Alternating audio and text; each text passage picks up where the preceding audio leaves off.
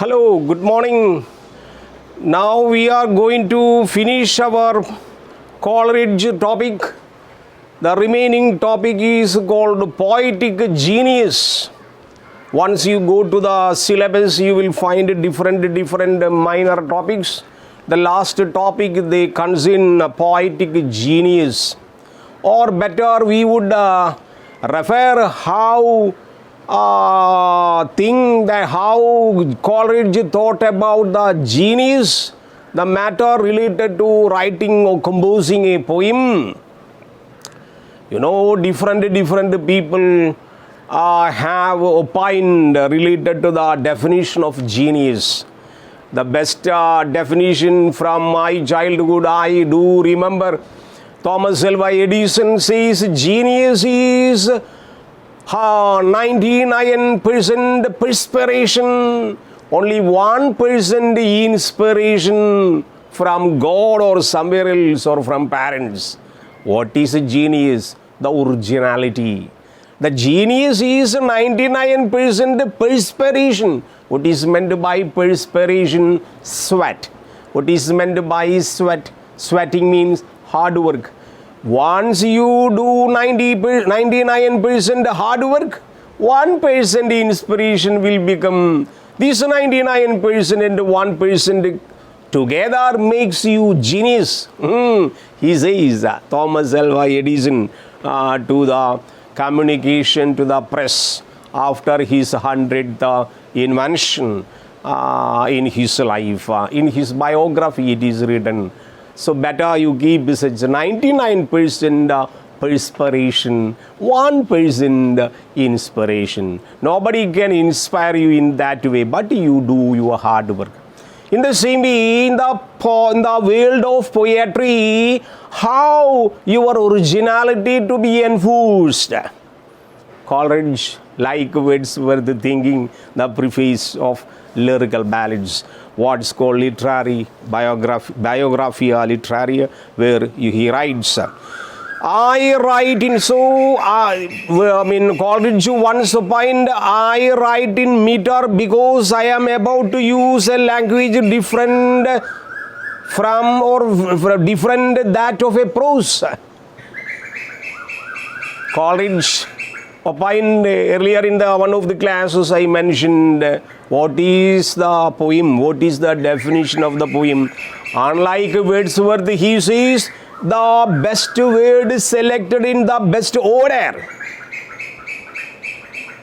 depending on the rhyme scheme or maintaining the rhyme scheme. The best word that you select, keep in the best order, that is called poem. In the way he says, I write in the meter because I am about to use a language different from that of a prose. Prose has a different style of writing. Poetry has a different style of writing. So, in the poetry, I maintain metrical arrangement in the poem. So, it is distinguishes between genius. From the way of describing, he says, genius and talent is different. Genius and talent, another concept he brings. Genius, I told hard work fetches you. Talent, in the same way, imagination and fancy that we referred. Fancy somewhat enforcement of our hard work, where you want to employ, where you want to enforce something. Like the genius and talent, slightly different, he says. Talent and fancy, once you call fancy from imagination, talent, they are combinatory functions. Better to see this genius is inborn quality. Once you become genius, it is inborn quality. From the womb of mother, you have been trained a genius. That is the reason why Varaha Mirahan in India became genius. That was why Buddha became a genius, Mahavira became a genius, Abdul Kalam became a genius because of their inborn quality. So Kerala and even our India and Kerala have taken or given birth to so many geniuses because their inborn qualities are like that, original qualities are there. But on the one hand, what is meant by talent? Talent is somewhat acquired thing.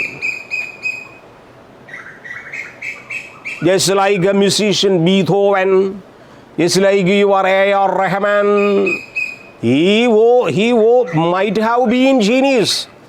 But talent now supported to his genius, this talent by the way of his own effort and by their different inspiration, he has been training himself and it has been acquired.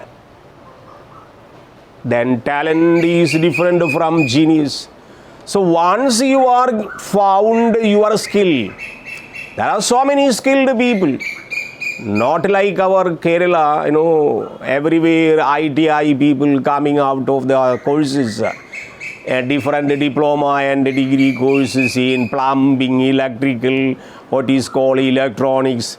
But to get a best electrician, best plumber, trained skillful plumber, very difficult. Why? They study or learn something for something learning purpose. Not skilled. They are not talented because their talent is not trained.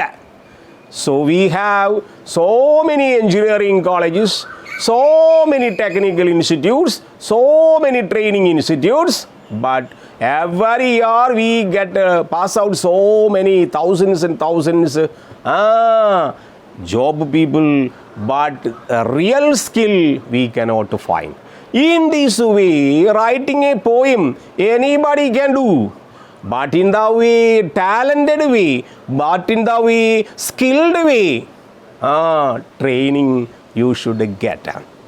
So, genius, according to Coleridge, genius, poet is a man of genius. Poet is not made by the society. Yeah, so his genius has, he says to get a genius has 4 steps. He has important 3 to 4 steps he describes in his biography or literary. So genius manifests 4 ways. First way is sense of mental delight. Sense of mental delight.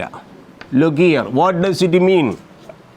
A genius, what is called 99% perspiration in the way, what is called this genius inborn quality of a human being, of a poet, should have 4 important steps. First step, he says, the poet, the writer should have a mental delight. What does it mean, mental delight? Pleasure.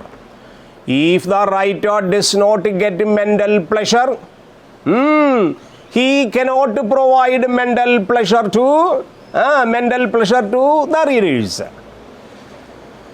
I don't know how many of you have read a beautiful book written by our famous 21st century poet Balachandran Chulikad, Chidambara Smaranagal. It is available, published by DC Books, sometimes in our own library. It is an autobiographical sketch written in prose by this poet. He has not written any other prose piece, only one prose piece, published in 2010, I think. Almost 10 years finished after its publication. Balachandran Chulikad, so many poems that you know. He is now being a television serial actor, cinema actor. You know the Pranchietan cinema, right? The person comes from Delhi to collect money from Mammootty in Pranchietan. He is such a famous poet. He has written a prose autobiographical sketch. You know what I would say, once you take this book, after start reading, you cannot stop reading, because it's a diction, it's a method of writing, it's a flowery language, would attract your attention, will never stop till the end of the book. And also delighted to the sense of mental delight. Once he writes this book from the beginning to the end, we find the writer is so happy. Look, right? Chidambara's Maranagal. You read this book, Malayalam literature book, published by DC Books. So, from reading from the first chapter to the end of the chapter in the prose, we never keep book down. Why? Because you yourself are very happy, the writer is happy, and even the man's sense of mental delight is written in a humorous situations in different ways. I do remember one of the humorous situation where mental delight of the writer says, once his wife is out of the house, one lady was coming every day to his house to sell vegetables. Balachandran Julikad, out of autobiographical sketch. He says, in a way, another way, he developed an attraction to this lady, vegetable vendor. And this vegetable vendor, from her basket keeping on the corridor, giving vegetables and vegetables. During this time, he sat in front of this lady, began to flirt with her. Unknowingly, he caught her hand. Unfortunately, what happened during this time, his own wife came to the house from outside. The writer says, that scene made me like a man who was on the auditorium for marrying a bride, lose his dhoti from outside. Look, ഒരു വരൻ വധുവിനെ വിവാഹം കഴിക്കാൻ സമയത്ത് വരണമാലയം ഇടാൻ എഴുന്നേറ്റ് നിന്നപ്പോൾ വരൻ്റെ മുണ്ടുരിഞ്ഞു പോയ അവസ്ഥയായി എനിക്ക് എന്ന് പറയുന്ന mental delight which would create you very humorous situation that we cannot stop reading this book. We cannot keep this away, this book, because such a mental delight, pleasure, he communicates to the readers. What is called genius? If such genius you are ready to present in your poem, if you are ready to present this genius in your prose, then essay, then short story, then novel, half work is over. So you should be very genius. In the sense, mental delight from your side, from the public side, both maintained in ambience. Okay, very good. Second one, objectivity. Objectivity. All right. You have to create an objectivity. What does it mean, objectivity? Coleridge says in this genius chapter, poetic genius section, object selection is compulsory. Choice of the subjects. Flowers will be there, trees will be there, beast of the forest will be there, water of the sea will be there, sands of the desert will be, let it be anything from the nature. But object should be clearly specified. And the object you select will give not only pleasure to you, but also by your description, by the poet's description, deliberate description, the reader will get, the learner will get a pleasure. This is somewhat the pleasure that we get from the literature. So I used to refer, literature is not to be learned. Literature is not to be studied. Literature to be enjoyed. Just like Francis Bacon would say, you should swallow, you should digest, to be eaten. Some books are there to be swallowed than to be digested. So you read and read and read and become intelligent. That should be your motto. So the selection of objects, whether the person, whether the solitary reaper, whether the leash gatherer, whether the ancient mariner, whether the Kublai Khan, whether the Christabel, all these objects should be clarified before your selection. Method is God's own. This selection is really something related to spiritualistic way. Once you select a bad object, the same way your mind will become bad. Your mind will generate a type of negative energy. So even in the selection of the object, what is called objectivity, you should be very selective. And shaping the power of imagination. Power of imagination. Power of imagination. So what is called genius? Genius, referred, which has 4 important ways of interpretation. First one is sense of mental delight. Second one is objectivity. Third one, power of imagination. The poetic picture are not faithful always.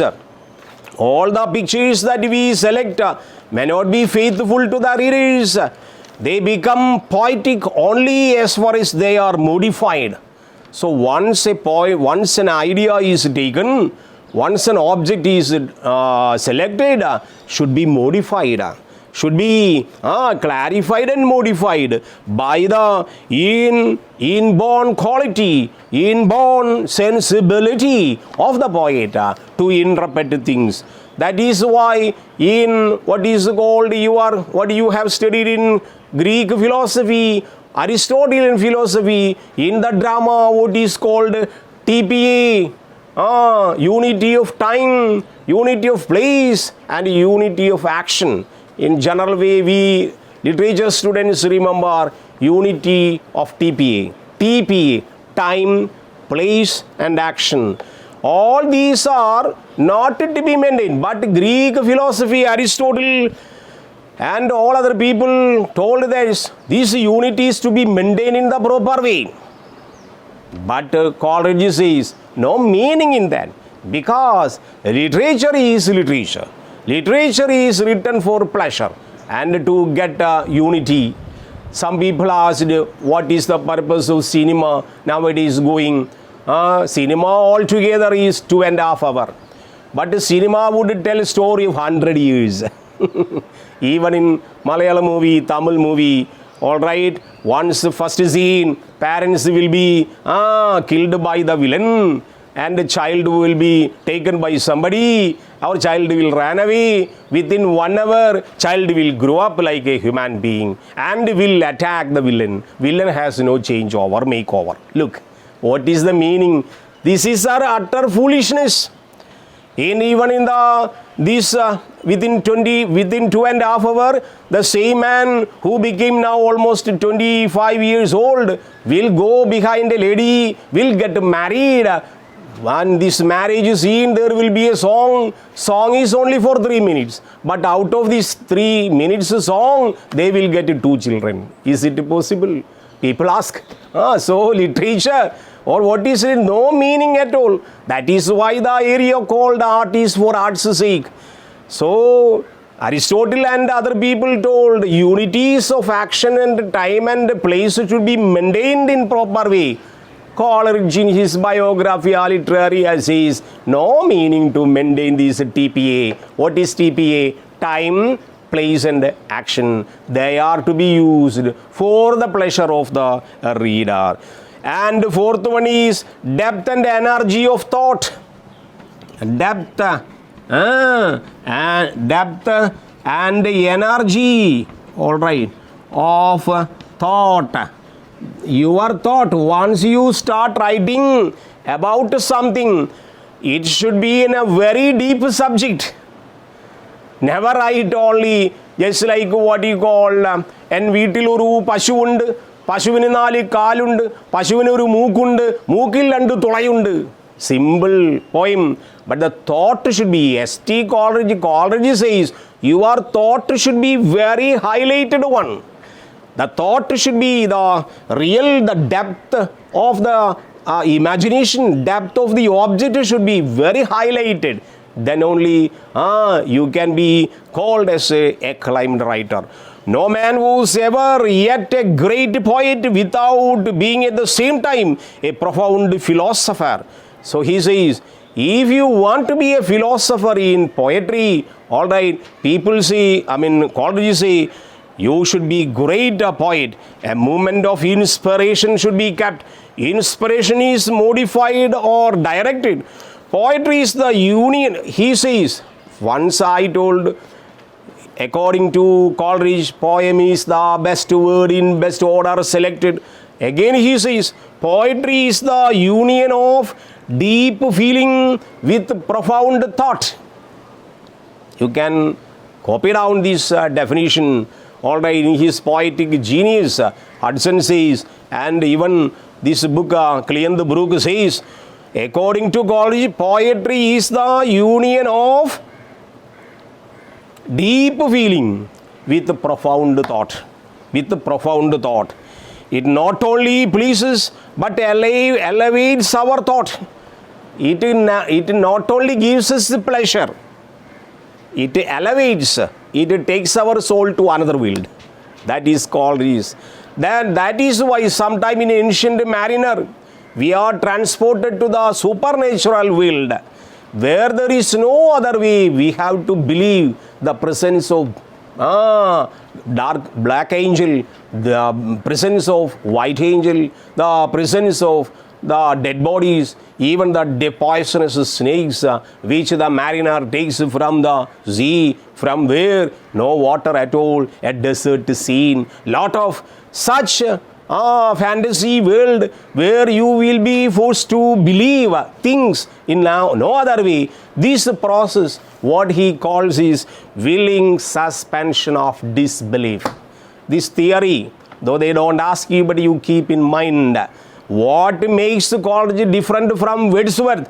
This type of theory that he would create in almost all his poems. What? Willing suspension of disbelief means what? We have no other way but to believe. We have some areas we will ask, is it true? We will ask ourselves, is it correct? Is it true? But no other way but we have to believe. This poetic device, this poetic method which creates so enthusiasm among you is a process called willing suspension of disbelief. It like a dramatic illusion, just like a magical drama that you have seen. All right, Professor Mudugad, or what you call Gobinath, Phantasmagoria magical program, where devils and hosts would appear that would terrorize you, but you have to believe such happening is always being happened everywhere. This factor is called willing suspension of disbelief. Spectator is enjoying it. The real watch, once you go to the magical drama, you will enjoy it. Stage is only the stage, you should understand. What is going on the stage is not outside the stage, but inside the stage. And art is for art's sake. Players are only players on the stage. No meaning that Desdemona had been killed on the stage for 3 years together. Othello, who acted as an actor like Othello, once he went to his house in the sleep, midnight, what did happen? It is reported in the newspaper. The man who acted as an Othello had been practicing every night killing Desdemona on the bed. He killed his own wife on the bed when he reached home. All right, there is no meaning in acting. Acting is on the stage, not on the house, not on the bed of the house, not on the wife. But some people misinterpret it in different way. Wordsworth, S.T. Coleridge, romantic poets say, It is not to be imitated. It is to be enjoyed because drama is on the stage, because poetry is on the textbook, because poetry is in your mind, not to be practiced. This is called poetic genius put forward by our Coleridge, and Coleridge is never stopping here. Coleridge can be even traveled by you. Once you go to your higher classes in postgraduate study, I would say you have to chase and catch our Coleridge in your hand. Embrace him. If possible, try to kiss him. Thank you very much.